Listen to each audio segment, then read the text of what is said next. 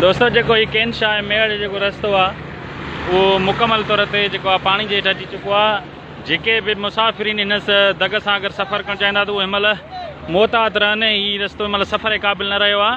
हाणे हिते ॿ कोचूं कल्टी थी पियूं आहिनि। हीअ सिचुएशन आहे जेके हिननि खे बि असीं समूरे दोस्तनि गॾिजी तौर हिन खे परियां ओरियां बि विच रस्तो ॾसे रहिया आहियूं। हिन रस्ते सां तव्हां गाॾियूं सोरींदा हलो अॻिते।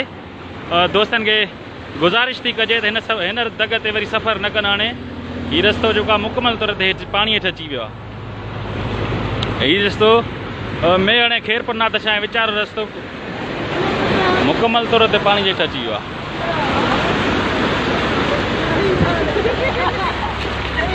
हीउ मुख़्तलिफ़ दोस्तनि सां गॾिजी परियां जान मोहम्मद बीठो वरियां मां बीठो आहियां। हीउ रस्तो ॾियारे रहिया आहियूं।